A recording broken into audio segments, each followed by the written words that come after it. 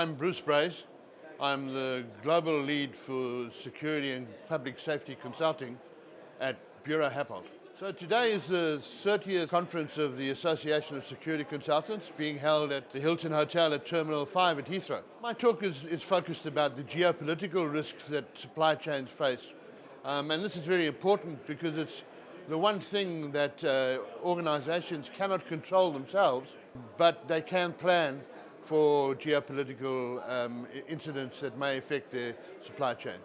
Things that have come to light in recent times have centered around things like climate change impacts, so flooding in many places, a recent event in Bristol where the M5 got flooded for the first time, and as well as things like political instability and regional conflicts, which, as we mentioned, we don't have any control over, but just happen. You may not be able to control it, but you can plan.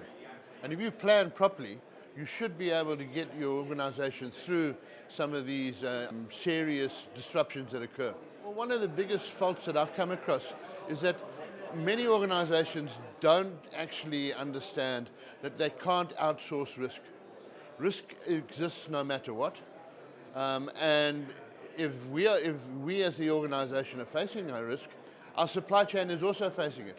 So we need to make sure that we push down our strategies into our supply chain so that proper planning, proper control mechanisms are put in place by the third and fourth tier, because that's normally where the problem lies. I think one of the biggest problems that we find is that supply chains are extending or have extended over the last 10 to 15 years. The longer the chain, the more vulnerable it becomes. So if you can bring your suppliers closer to home, that's going to make life a lot easier for you. I'm a lifelong learner, and I hope everybody else follows my example, but we never know everything. We can always learn. And the thing about supply chain and security is that they're both dynamic. They change the whole time. They never remain the same. So unless you continue to attend events like this, you're not going to keep up to speed with what's really going on. People have to consider those big global geopolitical issues that are there. We can't get away from them, but we can't control them. But what I'm more interested about with some of the speeches that are coming up, the addresses that are coming up, these are the people that are actually doing it on a day-to-day basis.